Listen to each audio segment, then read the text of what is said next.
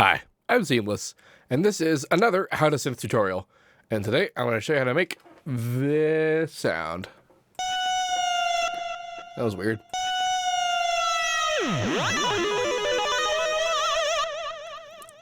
So, I actually had a lesson today, and a person asked about a synthy kind of guitar sound, and I explained it was mostly just finding a saw wave and then putting it into a guitar processor and having a good day. Part of it was also that there's a wah pedal involved. However, a wah pedal is just a high-pass filter. Bet you didn't know. So, in this here, I sort of made my own guitar-ish thing sound, but I would almost prefer to use something like Guitar Rig just because they spend a lot more time trying to sound a lot more like an actual guitar. But if you don't actually care that much about it, then this is probably fine for you. This began its life as a citrus. It is a saw wave. I have a little bit of, I don't have unison. I have no unison. Never mind. It's going into a low pass filter that's doing nothing, and into a high pass filter. So the reason why there's a bunch of crap going on is because I try to be clever and actually make this sound like a dry guitar at least a little bit, or at least have some of the qualities like a pick noise and that kind of crap. But I just sort of gave up halfway through. I was like, whatever, it just saw wave sounds fine. And part of the reason why a saw wave just sounds fine is because no matter what, if you play it high enough, the harmonic content is so thin on the ground that most things are pretty similar. So saw wave it is.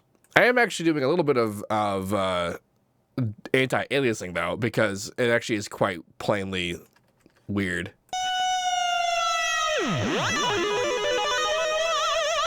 I guess actually isn't that bad without all the weird crap I was doing. I am using band limiting though. If I don't have that on, it gets a little messy. Band limiting is a sort of another anti-aliasing tool, and what this does is that it just full-on prevents the oscillator from creating frequencies higher than Nyquist. So it's limiting the bandwidth, essentially, of the whole sound. So it removes a little bit of aliasing. However, the rest of the stuff that we're doing, like with the filtering and other things that I was trying to do, makes that sort of moot. And also just a teensy bit of FM that I was trying to accomplish. Yeah, so then it goes into here, and it's supposed to be high, like low pass. I guess it's a little bit the unison, but yeah, it's not doing much.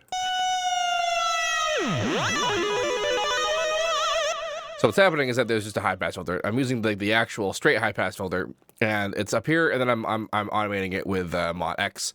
Pretty high resonance.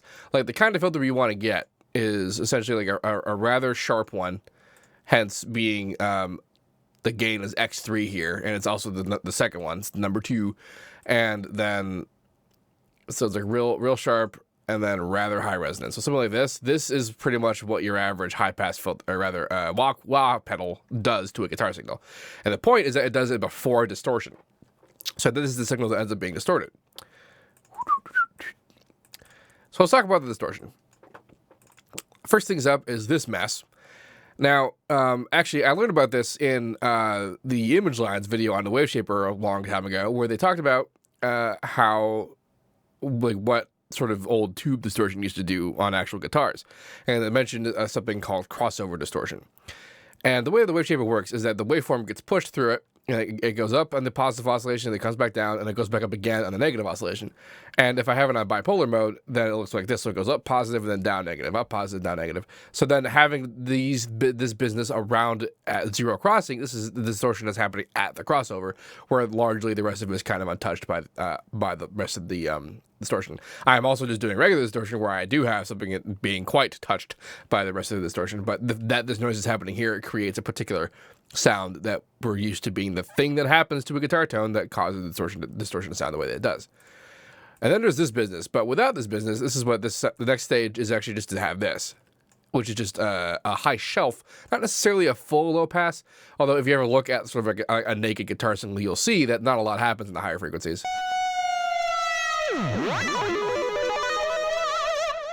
However, the kicker of all of this is really just what happens up here. So this is essentially high frequency distortion, where we're high passing it up way up here, and then we're distorting it again with some crossover distortion, and then but not a lot, not a lot more. It's just that we're just distorting it a lot. It's very loud, and this in combination with this signal causes this to happen.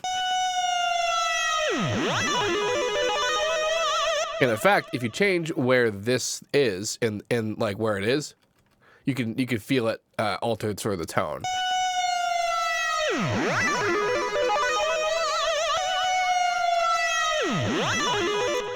A number of things are happening, but actually the thing that's most important happening is I still have high quality mode engaged, which means that the signal that gets to here from here and the signal that's from here is delayed just slightly, just because of the latency created by the EQ. It's a very, very small amount, and a little bit of distortion, but not so much distortion. And that means these frequencies that are interacting, these distorted frequencies that are interacting, and with this, the remainder of here, are phase canceling just a little bit, enough to cause weird information to exist up top, which, if you ever listen to, it creates almost a tone that's almost a little bit like what we expect out of an actual cab sim.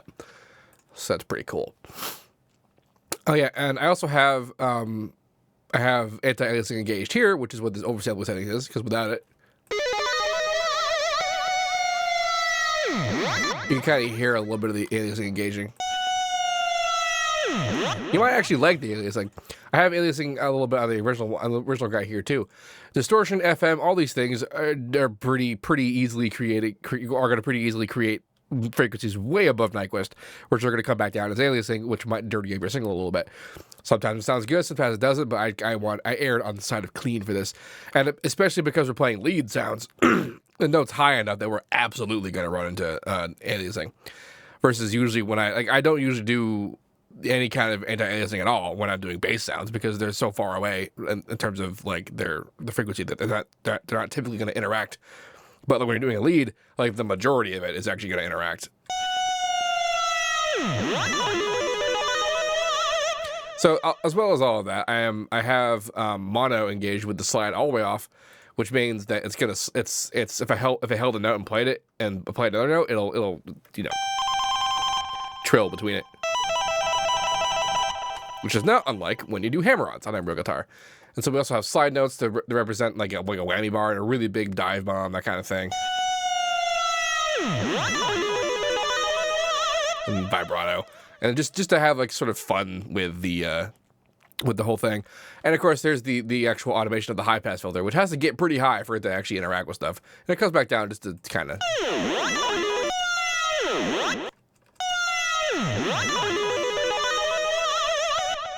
And like screwing around with it is what causes, those sort of flamboyant guitar solos that use a lot of wah pedal. This is how that stuff works. And now we're doing it synthetically, so you can have a pretty kick-ass like solo lead in places if that's something you wanted. Anyway, this preset, this patch, will be available in the description to download. If you have any questions about this, please let me know. Don't forget to like, comment, subscribe, and all that good stuff. And as usual, have a nice day.